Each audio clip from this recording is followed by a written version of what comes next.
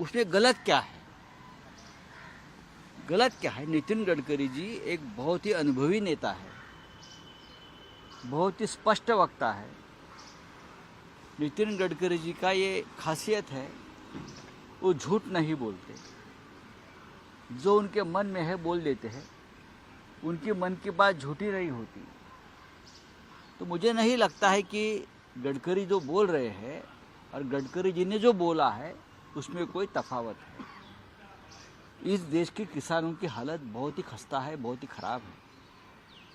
खुलेआम किसानों को देशद्रोही ठहराया जा रहा है। किसानों की जो मांग है वो जायज़ मांग है, एमएसपी की है, हाँ, और मुआवजे की मांग है, उसमें गलत क्या है?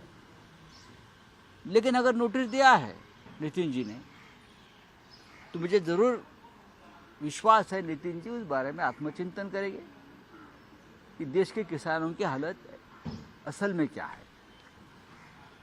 सर, देवेंद्र फडणवीस ने कल एक बयान दिया है कि जो विरोधक है उनके पास ना नेता है, ना नीति है और ना उनकी नीति है विकास कार्यों को लेकर। और उनका क्या देवेंद्र फडणवीस जी, भारतीय जनता पार्टी की जो सरकार 10 साल से चल रही है, उनकी नीति, उनके कामों के बारे में बता सकते हैं? 70 साल में देश में जो विकास किया है, वो विकास पंडित नेहरू जी से लेकर नरसिंह राव और मनमोहन सिंह तक है। मोदी जी और अमित शाह की सरकार में देश का क्या विकास हुआ है? आप हमें 10 बातें बताइए। महाराष्ट्र में बताइए, आप 10 साल से सरकार में है। सिर्फ पैसे की ताकत पर, सेंट्रल एजेंसी के ताकत पर विधायक और सांसदों को खरीदना और सरकारें गिराना विरोधियों की, यही आपका अगर विकास कार्य, यही आपकी नीति है, तो ज़रूर हमने कुछ किया नहीं है, वो आपने ही किया है। शिखर बैंक घोटाळ्याचा तपास बंद करा असं आर्थिक विभाग यही तो विकास है ना। मोदी जी कहते हैं अजीत पवार ने 70,000 करोड़ का घोटाला किया। मोदी जी कहते हैं आदर्श स्कैम डिफेंस का सबसे बड़ा स्कैम है। मोदी जी और भी बहुत कुछ कहते हैं भ्रष्टाचार के बारे में, लेकिन वो सभी भ्रष्टाचारियों को लेकर मोदी जी देश चलाते हैं। यही विकास है। फडणवीस को मेरा यही जवाब है, यही आपका विकास है। तो सिंधु के दो नेता आपस में झगड़ा कर रहे हैं विधान भवन में, आपस में गैंगवॉर है ये गैंगवॉर है। गैंग में गैंगवॉर होता है। जिसने मुंबई का अंडरवर्ल्ड देखा है, हमने देखा है, तो जो गैंग्स थे बड़े बड़े, उस गैंग में भी गैंगवॉर होता था और गैंग के ही लोग आपस में एक दूसरे के खिलाफ लड़ते थे। शिंदे गैंग में अब वही गैंगवॉर चल रहा है। एक मंत्री और एक विधायक विधानसभा में हाथापाई करता है, एक दूसरे को गाली गलौज करता है, और फडणवीस जी बोलते हैं सब कुछ ठीक है, यही हमारा विकास है। तो विकास की व्याख्या बदलनी पड़ेगी। आरएसएस को मैं एक पत्र लिखूंगा कि भाई महाराष्ट्र में जो विकास चल रहा है गैंगवॉर का, तो उससे अगर आपके लोग उसे विकास कहते हैं तो विकास की व्याख्या आपके शब्दकोश में बदल दीजिए। एनडीए की अगली मीटिंग 6-7 तारीख को होने वाली है। कहाँ है एनडीए? एनडीए है, एमबीए सर, एमबीए। हाँ, एमयू की मीटिंग होगी ना, जरूर होगी, और उसमें प्रकाश आंबेडकर जी भी शामिल होंगे। अगर किसी को लगता है एमयू में कोई दरार है, मतभेद है, तो ऐसा कोई नहीं है। एमयू आगे जाएगा प्रकाश आंबेडकर जी के साथ, और इतने आगे जाएगा कि देश की परिवर्तन में प्रकाश आंबेडकर जी का बड़ा योगदान रहेगा। प्रकाश आंबेडकर असं म्हटले की पुन्हा मोदी आले तर घरावरती दाढी पडायला सुरुवात होतील, असे प्रकाश आंबेडकर नागपूरमध्ये म्हटले। बघा, प्रकाश आंबेडकर हे डॉक्टर आंबेडकरांचे नातू आहेत। ते लोकशाही आणि संविधानाचे रखवालदार आहेत, चौकीदार आहेत, प्रमुख चौकीदार आहेत सध्या। प्रकाश आंबेडकर यांनी जे विधान केलं आहे ते सत्य आहे। पुन्हा जर दुर्दैवाने या देशाच्या मोदी शहांचं राज्य आलं तर सामान्य माणसाच्या घरांवरही धाडी पडतील। कष्टकरी सामान्य माणूस जो पगारी जो नोकरी करतो, कष्ट करतो आणि घरी पगार घेऊन येतो, त्याला ईडीवाले पकडून घेऊन जातील। कष्टकऱ्यांना काही किंमत राहणार नाही, शेतकऱ्यांना काही किंमत राहणार नाही. त्याच्यामुळे प्रकाशजी जे बोलत आहेत ते बरोबर बोलत आहेत, आम्ही त्यांच्याशी सहमत आहोत. सर, परदेशी गुंतवणुकीमध्ये महाराष्ट्र नंबर 1 आहे असं राज्य सरकारचं मत आहे. राज्य सरकार खोटं बोलत आहे. सर मुंबई की इकोनॉमिक ऑफेंस विंग ने 25,000 करोड़ का जो घोटाला था एमएसएमई बैंक्स का, जिसमें अजीत पवार जी का भी नाम लिख के आया था, उसमें अभी क्लोजर रिपोर्ट फाइल कर दी गई है. किस तरीके से क्या देखेंगे किस तरीके से? कारण नरेंद्र मोदी को उसके ऊपर जवाब देने दो. 70,000 करोड़ का सिंचन घोटाला, शिखर बैंक घोटाला, उस बारे में सबसे राष्ट्रीय स्तर पर जब आवाज़ उठाया था वो नरेंद्र मोदी जी ने उठाया था. और दूसरे दिन वही घोटालेबाज अजीत पवार को अपने पार्टी में लेकर डिप्टी सीएम बनाया. उसका मतलब ये है कि आपकी सरकार जो आपके विरोधी है उनके ऊपर झूठे अपराध, झूठे मुकदमे दायर करके उनके ऊपर दबाव डालता है. अजीत पवार उसका उदाहरण है.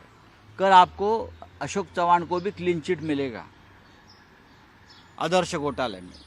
आदर्श घोटाला हुआ ही नहीं, ये मोदी डिक्लेयर कर देंगे. जो व्हाइट पेपर में आया है ना, हो जाएगा.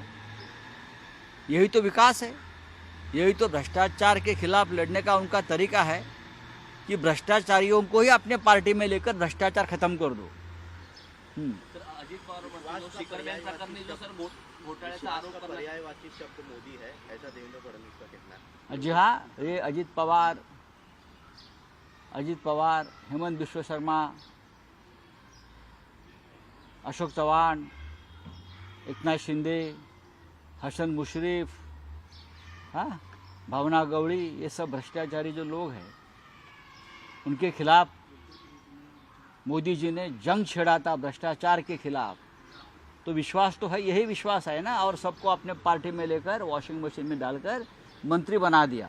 ये विश्वास मोदी जी, पर्यायवाचक शब्द विश्वास.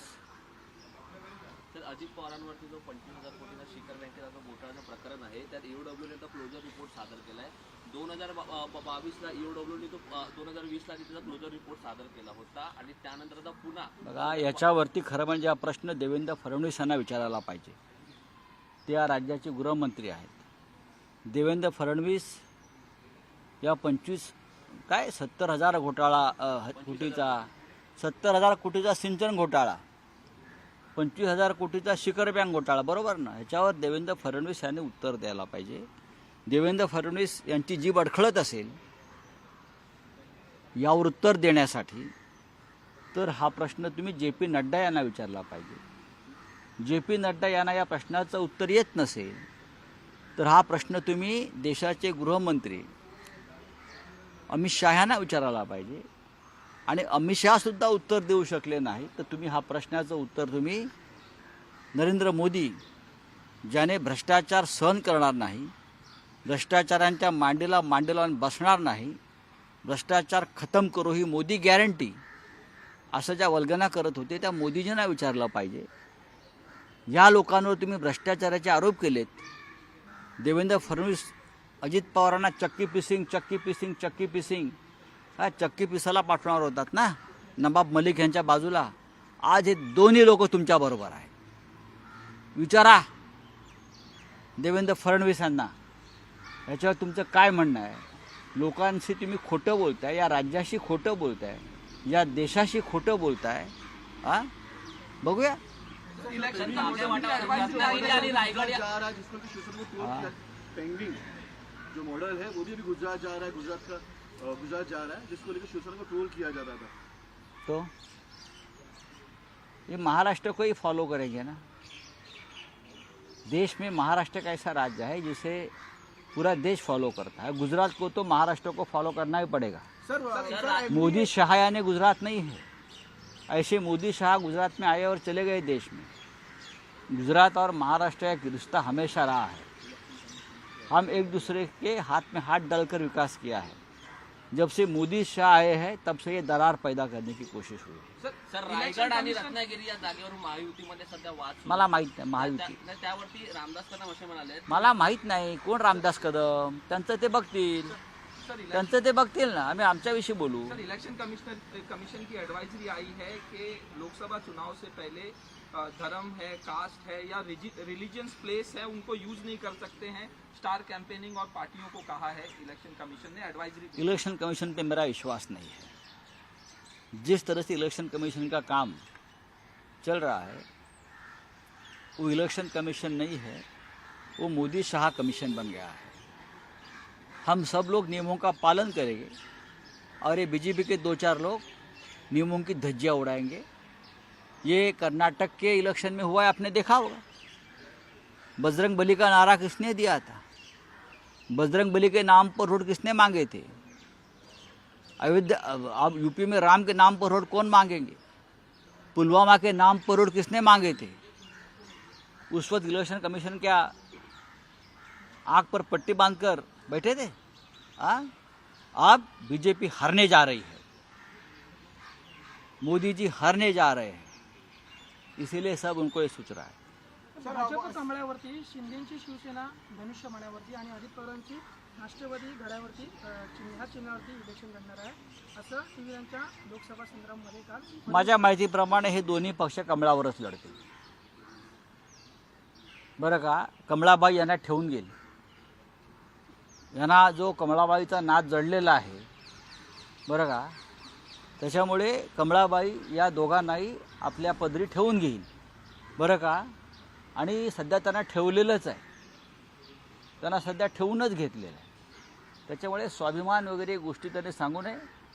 मी जे सांगतोय ते सत्य आहे, भविष्यात काय होतं आहे ते पहा। आज माझ्या माहितीप्रमाणे शिंदे गँगचे अर्ध्यापेक्षा जास्त खासदार हे त्यांनी चोरलेल्या चिन्हावर लढायला तयार नाहीत बरं का। त्यांना कमळाबाईबरोबरच राहायचं आहे। अजित पवारांबरोबरची लोकंसुद्धा कमळाबाईबरोबरच जाऊ इच्छित आहे। त्याच्यामुळे मी जे म्हणतोय ते सत्य आहे। हे बरेचसे लोक यातले त्यांना खात्रीच नाही आहे स्वतःच्या मतांची। शिंदे आणि अजित पवार मतं आणणार कुठून? चोरलेल्या पक्षाबरोबर मतं चोरता येत नाहीत ना।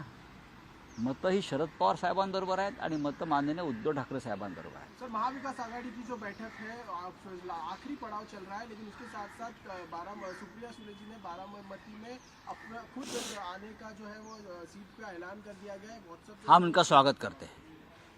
हम सब मिलकर सुप्रिया जी को भारी बहुमत से जिताएंगे। मैं खुद, हम लोग सब बारामती भी जा रहे हैं। बारामती में शिवसेना का अच्छा वोटिंग है, हम भी वहाँ हमारा काम शुरू किया। सुप्रिया जी 2 लाख से भी ज़्यादा वोटों से बहुमत से वहाँ जीत जाएगी, चाहे उनके सामने कोई भी खड़ा हो। बारामती में जीतेंगे, शिरूर में अमोल कोल्हे जीतेंगे, हमें पूरा विश्वास है। जहाँ जहाँ महाविकास आघाड़ी के उम्मीदवार है वहाँ सब हम जीत जाएंगे।